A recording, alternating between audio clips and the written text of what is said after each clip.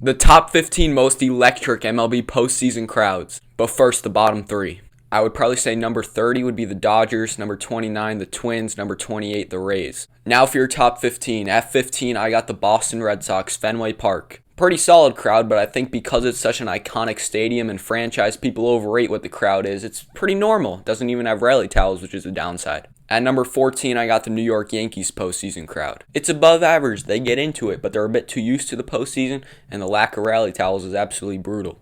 At number 13, I got the Atlanta Braves. The Chop automatically gets this thing in the list. That is so much fun. When I watch a full Braves postseason game at Truist Park, by the end of it, the Chop is stuck in my head as I go to bed that night. And I wouldn't want it any other way. It means it's the heart of October. Number 12, I got the Chicago Cubs playoff crowd at Wrigley. I don't understand why Cubs fans get so much hate. They are into it and they love their ball club. Number 11, I got the Astros playoff crowd at Minute Maid. The orange is such an amazing sight. And I have so much admiration for the fact that they always pack the house for all those daytime, weekday postseason games that the MLB gives them. That has been so good for the MLB throughout these last 6 years. You have to have a day game somewhere, and they put it in Houston in a dome, so it's not like we're dealing with annoying shadows, and we're not dealing with a bad crowd either, because those fans come and they are loud at 2 in the afternoon. At the 10th spot, I got the San Francisco Giants crowd out in San Francisco. That place is amazing. Amazing stadium, but hell of a fan base as well. Giants have always been my favorite West Coast team. Man, I love them.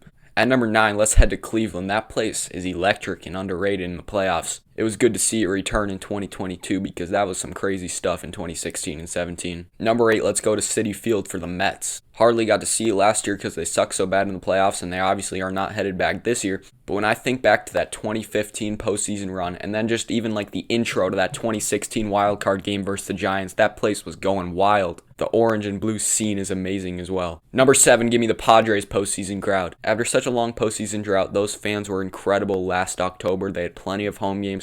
The yellow rally towels were an amazing sight out there in beautiful San Diego, and they were incredibly loud. Number 6, let's head north of the border for Toronto. When you have a whole country to yourself, it's natural that it's going to be one of the most passionate fan bases in the league. That place is going to absolutely explode in 2 months, I'm telling you. At number 5, I got the Seattle Mariners postseason crowd. They have a whole part of the country to themselves.